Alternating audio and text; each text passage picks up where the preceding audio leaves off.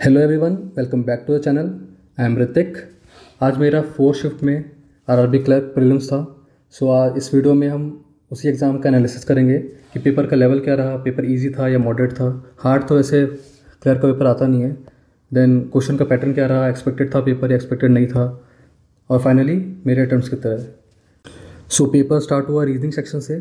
तो रीजनिंग में मैं वही स्ट्रैटेजी फॉलो करता हूँ जो मैंने ऑलरेडी चैनल पे बता रखी है। सबसे पहले मिसलेनियस करते हैं। तो मिसलेनियस मैंने ढूंढा तो सिलॉग्स आ रखे थे। सिलॉग्स से 5 क्वेश्चन से 3 स्टेटमेंट दे रखे थे और उसमें 2 कंक्लूजन थे। तो ये ईजी थे, मैंने 5 क्वेश्चन किए। Then I move to puzzle.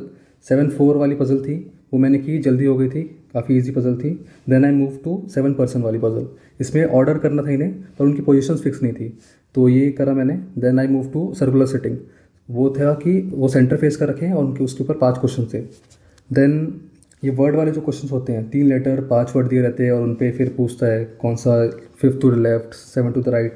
तो उसके 5 क्वेश्चंस थे, इजी थे, लेंदी नहीं थे ये वाले questions. Then alphanumeric series, ये थोड़ी सी लेंदी लगी मुझे, थोड़ा टाइम लगा इसमें, तो इसके 5 क्वेश्चन थे, वो किए। देन आई मूव जो 3 मार्कर वाले क्वेश्चन आते हैं, तो रैंक करना था इन्हें। हाइट दे रखी थी, हाइट के हिसाब से रैंकिंग करनी थी, ये हुआ।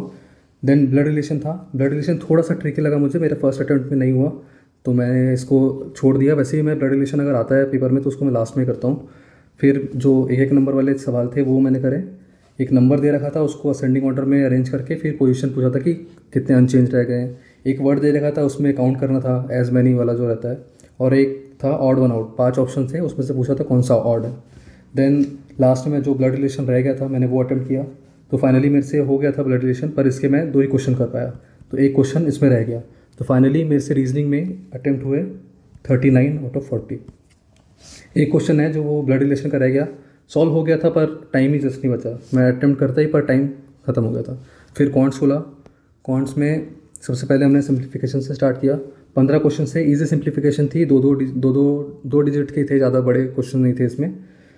फिर मिसिंग नंबर खुली। मिसिंग नंबर सीरीज़ काफ़ी ईजी थी, +2 +4 ऐसे थे, एक में डबल डिफरेंस था, एक में स्क्वायर चल रहे थे, तो काफ़ी ईजी थी मिसिंग नंबर सीरीज़ भी। देन डी आई 2 DI आई थी, एक लाइन ग्राफ थी, एक टेबल थी। टेबल मुझे याद है, ABCD था, संडे मंडे ट्यूसडे सोल्ड दे रखा था। लाइन ग्राफ में शायद बॉयज़ गर्ल्स या कुछ स्टूडेंट कुछ तो था, मुझे अभी याद नहीं है, पर ईजी क्वेश्चन थे। इसके भी 10 क्वेश्चन मैंने किए जल्दी से। फिर अरिथमेटिक था, 10 क्वेश्चन थे अरिथमेटिक के।